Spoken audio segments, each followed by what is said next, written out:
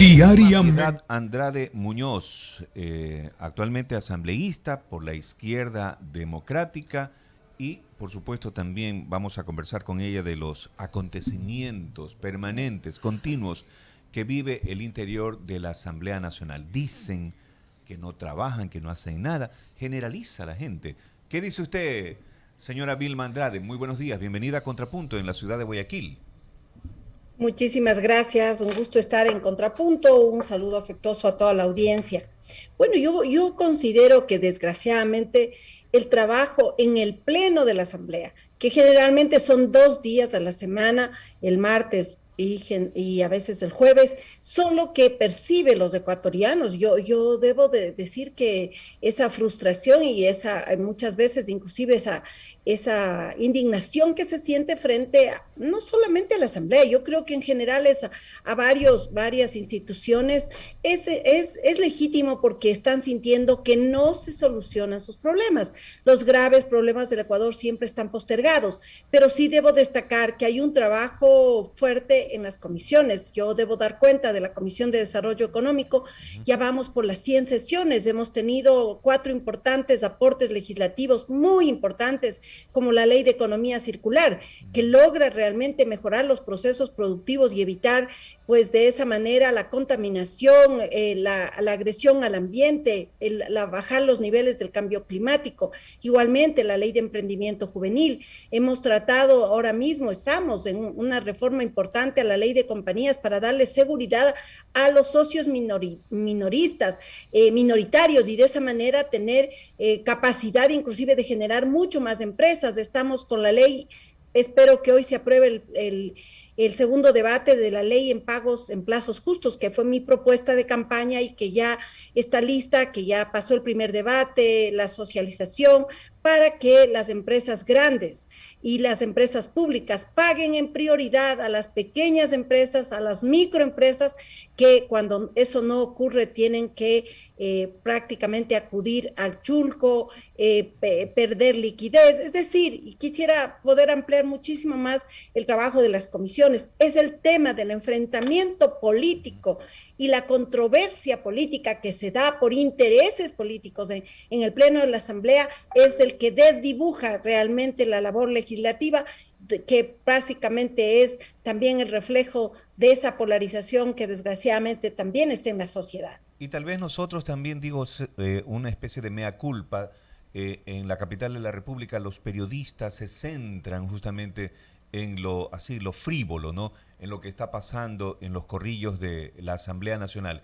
Yo en lo personal suelo ver en vivo, en directo, la Asamblea Nacional cuando están en las sesiones, y en verdad que se nota ahí una discusión ideológica y todo aquello, pero también hemos visto, como decimos acá en Guayaquil, el relajo que se vive, que se percibe, y eso es lo que sale a flote, señora abogada Vilma Andrade.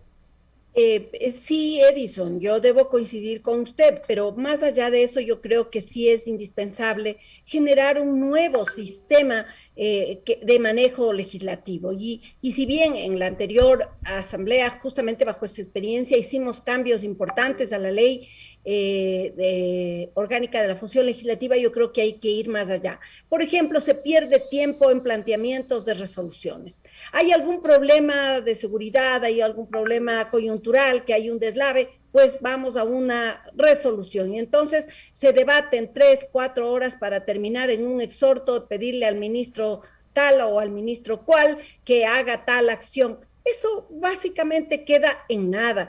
Desde mi experiencia yo veo que eso tiene que mejorar. Igual en un debate. El debate está bien que actúen los asambleístas que van a hacer un aporte y no solamente para justificar su presencia en la asamblea. Y luego el tema de los intereses políticos en una asamblea totalmente fraccionada que no conlleva todavía una mayoría definida, lo que hace es que ahora mismo lo que se enfoquen es cómo lograr captar la presidencia de la asamblea, después inclusive será todo el Consejo Administrativo, la legislatura. ¿Para qué? Para cooptar la comisión de fiscalización, trastocar los juicios, tomar la comisión, ir al juicio del Consejo de Participación Ciudadana y Control Social y cooptar ese organismo para tener el control de un organismo que es vital para dos fuerzas políticas, el Partido Social Cristiano y UNES, es la Contraloría General del Estado. Esa es, en definitiva, lo que ahora está en trasfondo de esta problemática en la Asamblea. ¿No sería una propuesta, como dicen algunos entendidos en esa materia legislativa, de pronto en un futuro cercano, como han propuesto algunos, que en la segunda vuelta electoral elijamos asambleístas? Para que no exista este fraccionamiento. Sí se evitaría el fraccionamiento, pero recordemos también que tuvimos ya, o sea, por el sistema de votación, ¿no es cierto? El sistema de votación, el método de Hon, que da mayorías muy fuertes a quienes tienen el voto en plancha, que era en ese momento, cuando se votaba en listas abiertas.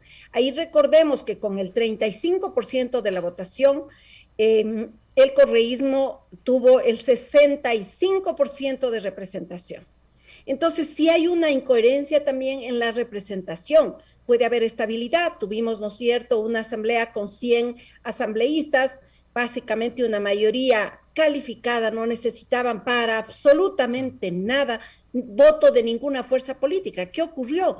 Que básicamente no había fiscalización, no había sino normas que venían hechas desde el Ejecutivo, no había debate. Eso tampoco es procedente, eso tampoco es positivo. Yo creo que esas experiencias deben llevar a que ahora que se está tratando y enfocando el tema de la consulta popular, ver más bien mecanismos que yo creo que sí es interesante pensar en la bicameralidad, que permite realmente mejorar el tema legislativo y sobre todo el tema de fiscalización, inicia en la Cámara Baja o de Diputados, pero termina en el Senado. Es decir, ese conflicto de intereses se evita. Yo creo que hay otros temas también que tendrán que ser abordados para buscar cómo además se puede llegar a acuerdos, a mínimos consensos.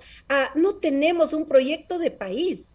Cada administración de Estado, del Ejecutivo viene, cada uno echa abajo todo, cambio los ministerios, cambio los nombres, los unifico, los reunifico.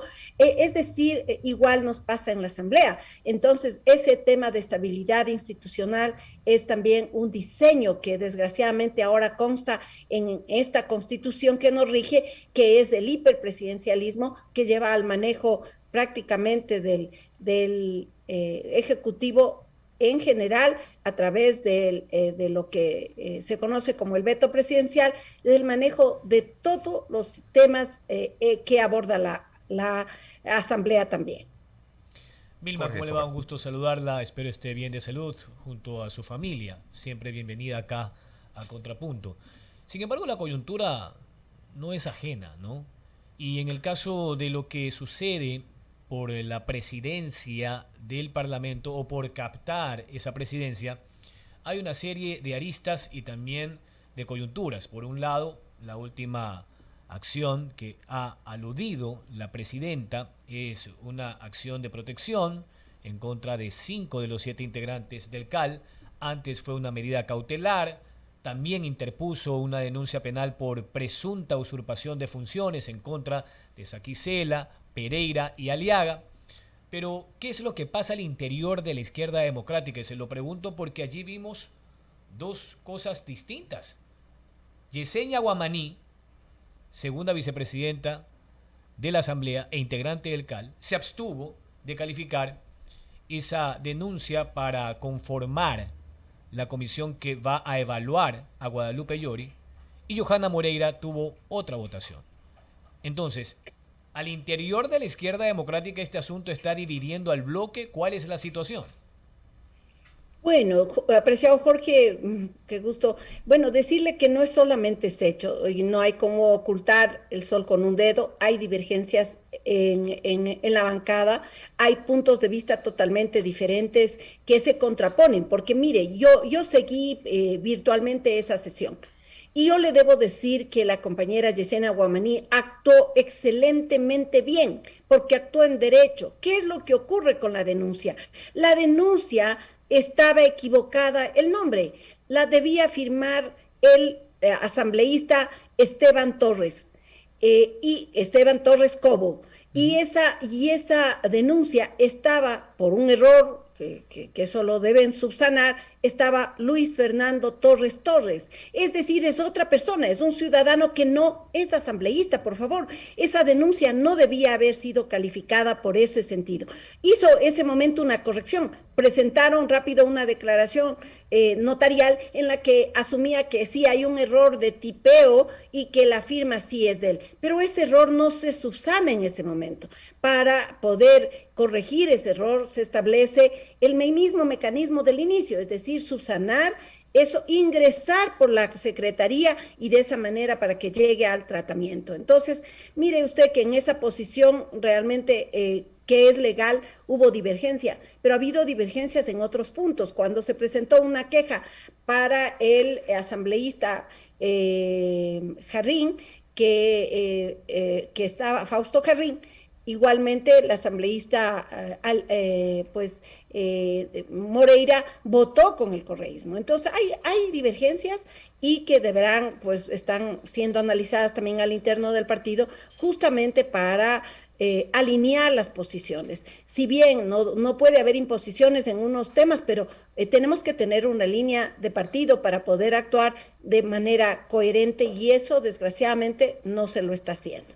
Ahora, al margen de lo que sucede en la audiencia y la decisión que tome el juez o la jueza que está conociendo esa acción de protección de Guadalupe Llori, no sé si usted tenga el dato, Vilma, ¿eso fue ayer? ¿Va a ser hoy la diligencia en la capital?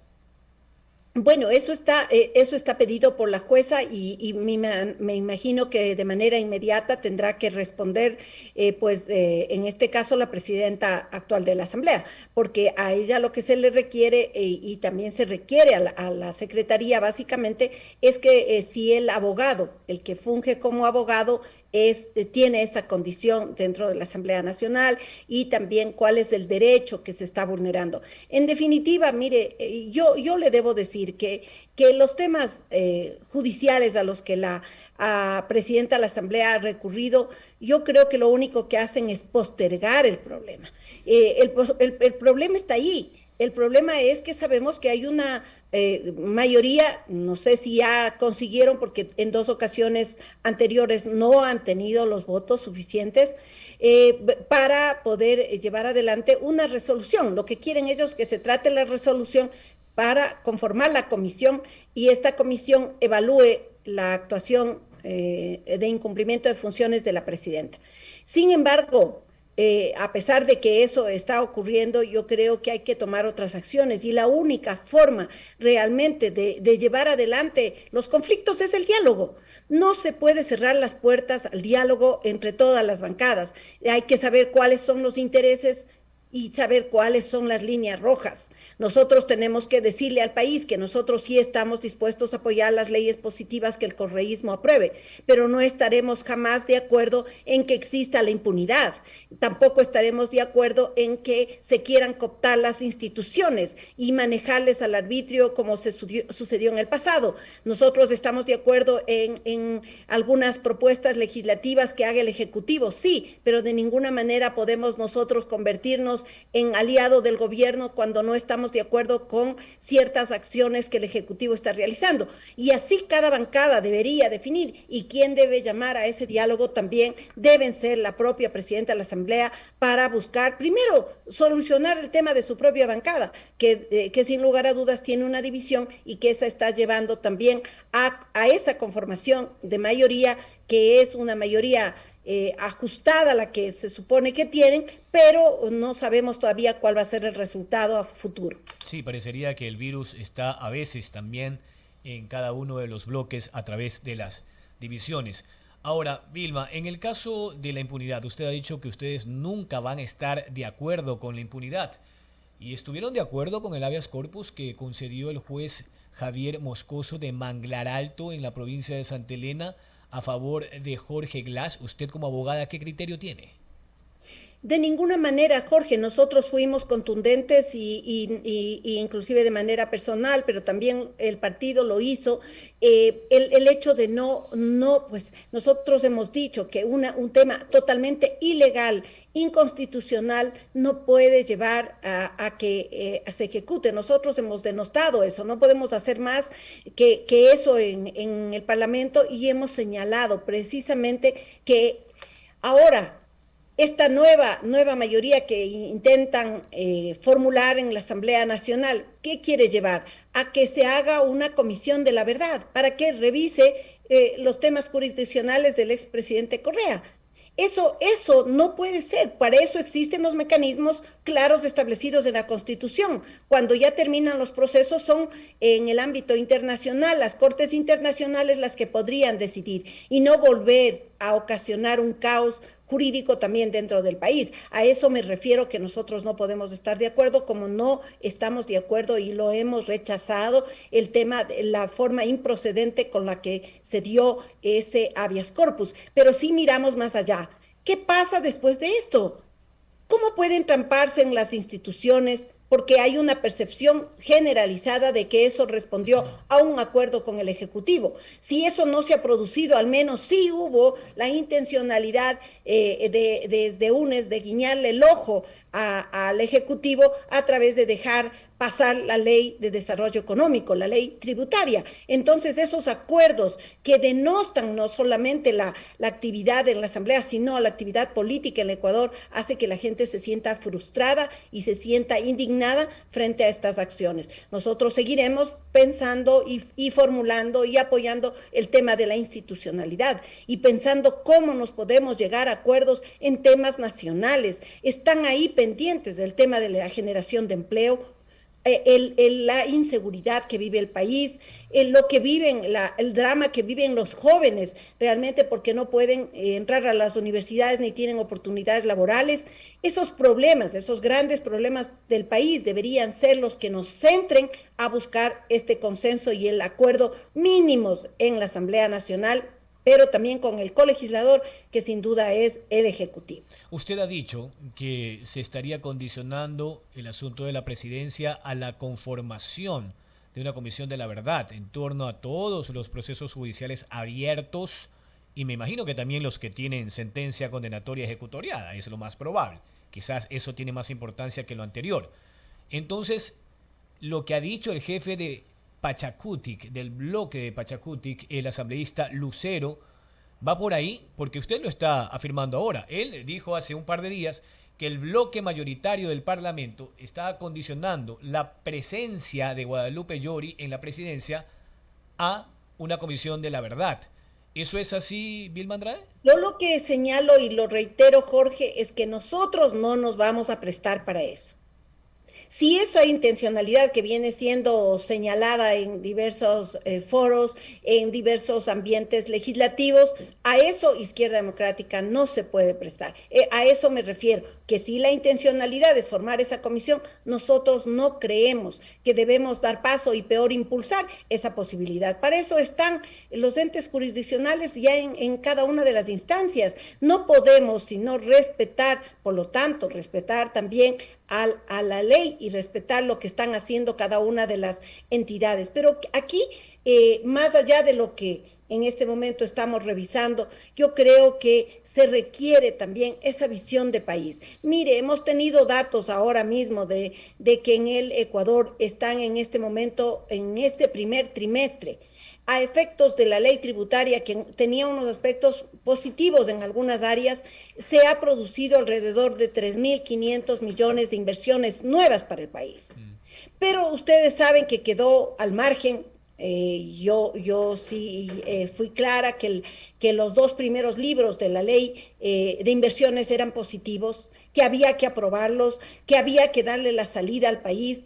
Y yo le debo decir que en eso estoy trabajando, por ejemplo, en la ley de empresas públicas y privadas, tomando como base la propuesta del gobierno, pero haciéndole correctivos que pudimos nosotros darnos cuenta y estamos analizando. ¿Para qué? Para que existe el marco regulatorio y vengan las empresas, porque si no nos vamos a quedar empantanados en el problema político y el problema político no se va a subsanar mientras los intereses también políticos y que a la larga estos son intereses en algunos casos hasta personales, subsistan. Por lo tanto, tenemos que ir a un paso más, a buscar cómo llegamos a través de propuestas legislativas, cómo llegamos a mejorar las condiciones de la política pública para que pueda haber más inversiones, pueda haber más trabajo. ¿Qué pasa con la ley laboral?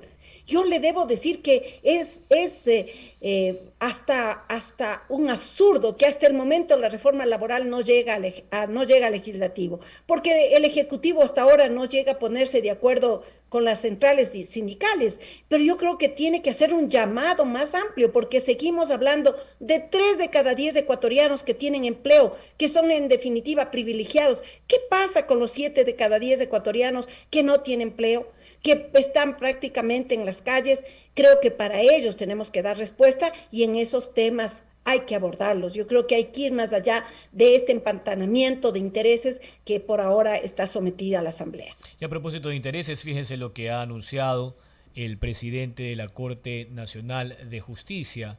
Hablamos de Iván Saquicela, hermano del primer vicepresidente del Parlamento, coincidencialmente, Virgilio Saquicela. Primos. Son primos, no son hermanos. Sí, son primos de lo que... Habían dicho que eran hermanos en su momento. Bueno, no, son primos. Gracias por la precisión. En el caso puntual, él le ha solicitado a la Corte Constitucional que se pronuncie a fin de establecer una delimitación, y eso es lo que quiero consultar, a las acciones constitucionales de habeas corpus, acción de protección, no sé si también están incluyendo las medidas cautelares, pero ya hay jurisprudencia sobre aquello, Vilma, en el año 2015, cuando se presentó un paquete de 16 o 17 enmiendas a la Constitución, y allí también se buscaba delimitar la figura de la acción de protección. Le interesaba al gobierno de turno, por lo que ya había sucedido en otras cosas. Y esa Corte Constitucional, en la que participó Antonio Gagliardo, de acá de la ciudad de Guayaquil, ex fiscal del Guayas, no se dio paso a esa delimitación. ¿Por qué? Porque usted sabe que según la misma Carta Magna y la Ley Orgánica de Garantías Jurisdiccionales y de Control Constitucional, son figuras especialísimas, incluso en su calificación y procedimiento. En no más de 24 horas el juez, una vez que ha escuchado a las partes, debe de pronunciarse. ¿Eso tendría cabida o no finalmente? Y claro, esto surge a partir de Jorge Glass, pero el asunto es mucho más profundo. Perdón que lo diga Jorge, el tema es que si bien todas las acciones que lleven a clarificar las normas son procedentes, sin embargo, sabemos claramente que en el caso de Jorge Glass estaba absolutamente definido cuál debería ser la competencia. Cuando se desconoce el domicilio, pues entonces tiene que irse a cualquier juez. Pero como en el caso era público, era de conocimiento nacional que el expresidente estaba en la cárcel de La Tacunga, por lo tanto era obvio y evidente que el juez que debía conocer la causa es de esa jurisdicción. Se conocía igualmente que para que no se puede realizar este tipo de acciones cuando existen sentencias ejecutoriadas, es decir, todo el marco regulatorio estaba bien. Lo que ocurrió ahí es justamente lo que a luz vistas de todos los ecuatorianos es un improcedente habeas corpus, donde los miembros del Ejecutivo, los representantes en definitiva del Ejecutivo, tuvieron totalmente mutis en el foro, sobre todo en el tema médico, porque ahí no se contrastó nunca con la información médica. Cuando hoy se hacen las comparecencias en la Asamblea Nacional, da cuenta uno de los oficiales que estaba acá a cargo realmente de varios aspectos de seguridad, nos damos cuenta que ahí nunca se le averiguó cuál era el estatus, por ejemplo, por qué no lo dijo, que no había riesgos de que pueda sufrir ataques porque estaba en una celda con protección. No se dijo que el examen médico del Ministerio de Salud no respondía a la realidad dicha. Es decir, aquí hay una serie de incumplimientos y de malos procedimientos que no justifican de ninguna manera ese habeas corpus. Gracias a la abogada Vilma Andrade, asambleísta por la Izquierda Democrática, 7 de la mañana con 59 minutos, Edison Casañas. Muchas gracias, asambleísta. Éxito, suerte gracias. Y como ecuatorianos deseamos que las cosas cambien al interior del Parlamento.